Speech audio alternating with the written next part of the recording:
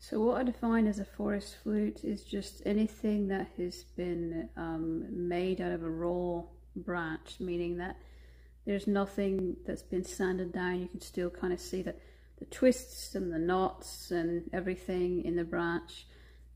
Usually it is, at least the bark is taken off of it. But basically there's one of two ways that people will make them. If the wood is soft enough, sometimes they will hollow it out like in one piece, but if it's too hard they'll actually split it in half, hollow it out each half, and then glue it back together, which is what you normally see nowadays.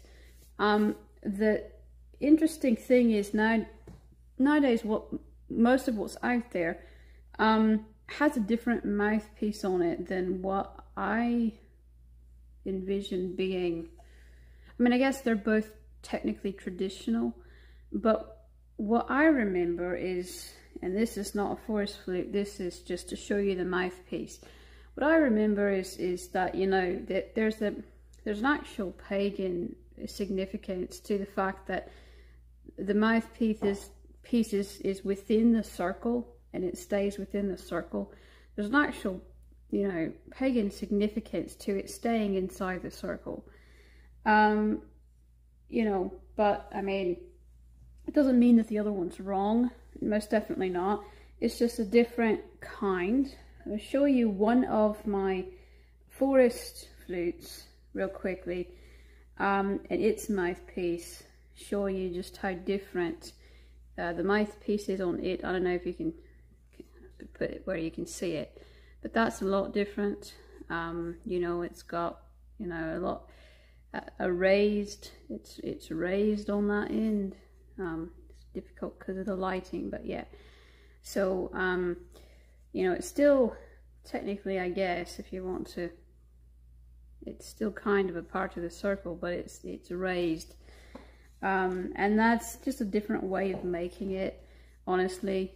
The main thing is that it is, again, it's made out of a raw tree branch, and so you know, you can definitely see with this one it's actually got a nice kink in it, and it's got a few knobs on it and stuff, and it's just made from a raw tree branch. And so sometimes they have a hole at the bottom and they're actual flutes. Other times they do not have a hole at the bottom and they're ocarinas. I just kind of put it all together, and I call them all forest flutes, but really anything that's made out of a natural tree branch like this. This one I think happens to be maple wood. I have another one that's made out of linden, that's a bit smaller, and really it just, each of them differ in the way that they sound, the size, the shape, the kind of wood it is, and especially that, you know, the flute maker has made a very specific purpose for something, and that specific purpose ends up, you know, kind of dictating a lot of, you know, what the flute will do. So you know, you cannot treat them all the same, especially when you talk about different scales. There's a diatonic scale, there's a pentatonic scale, there's a chromatic scale, and then there's other ancient scales. There's major keys and minor keys, which will all make it sound very different from one another. This one happens to be D sharp / E flat. It's the same thing, but they all have, well, I won't say all, because, you know, I've only played probably over the years about 5 or 6, but from all around the world in all different places and from different trees, and you know, they all kind of sound, they have this kind of really earthy sound to it. Some will sound kind of windy and breathy, and others will kind of sound others just have sort of a more wild and kind of mischievous sound. I can't even really explain it, but some of them you can actually play it a certain way and manipulate it a bit, and it actually ends up sounding like animals in the forest, like owls and things.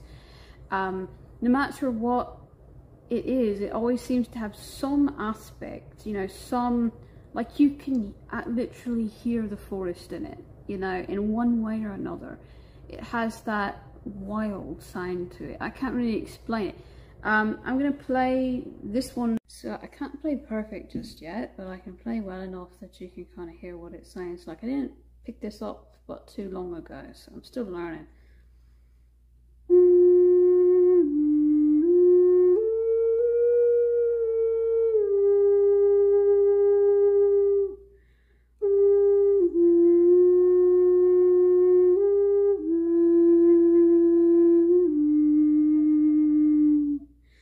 So yeah, it's really different, you know.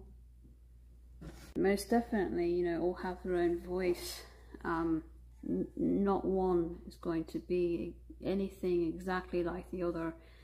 Now this one is really straight for a branch, but it is a branch. If you can look and see, you know, it's just the natural different shades of the woods and everything. I mean, you can tell it's you know, it was made just from a raw branch. You know, you can even see the, just, I don't know if you can see on the camera, but it, you know, there's rings where the wood, the rings of the wood. And this one's got kind of a more windy sound to it, and it's made by a different flute maker actually, but despite how different they are, you can, in both of them, you can hear that sort of what I mean by that. You can hear the forest in it, you can hear the wild in it. So let's play this one and see how this one sounds.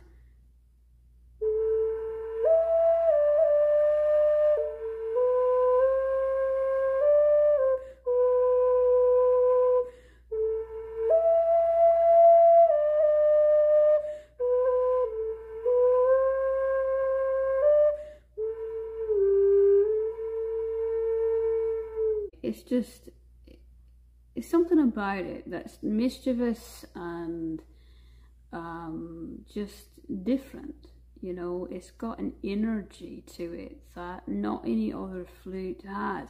They've all got that energy in one way or another, but they all have, like I said, vastly different sounds, but they're all going to have that energy that I really can't explain. It's you know, it's almost like just, I mean, the magic in it is just, it takes you into the forest almost, you know. It's just, I can't do them justice because I'm still learning how to play, but it's just, and I'm torn, you know. Is it because we honor the branch and don't, you know, carve it to death, that somehow honoring the branch, you know, brings an energy to it, you know, that it wouldn't otherwise? Or is it just the way that they're made? I don't know.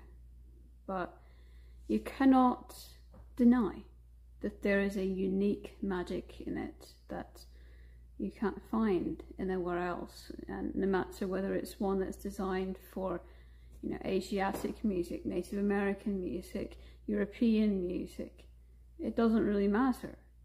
If it's a branch flute or a forest flute, whichever one you want to call it, they've all got that same energy. And unfortunately, they're really difficult to find.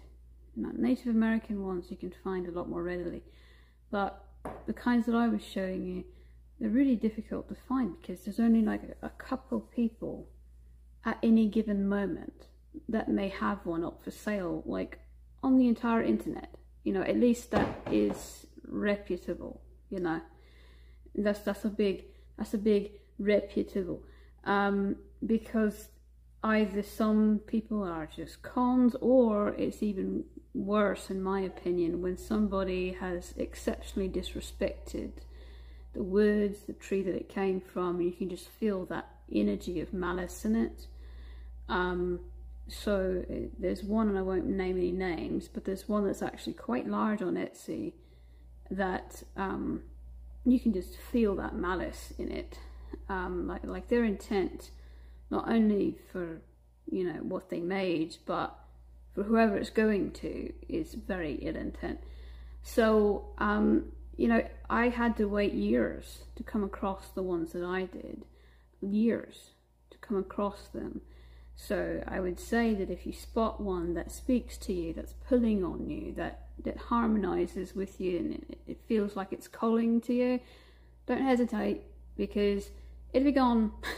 Pretty soon it'll be gone, and you'll have to wait another year or so to find, if you're even lucky, to find another one.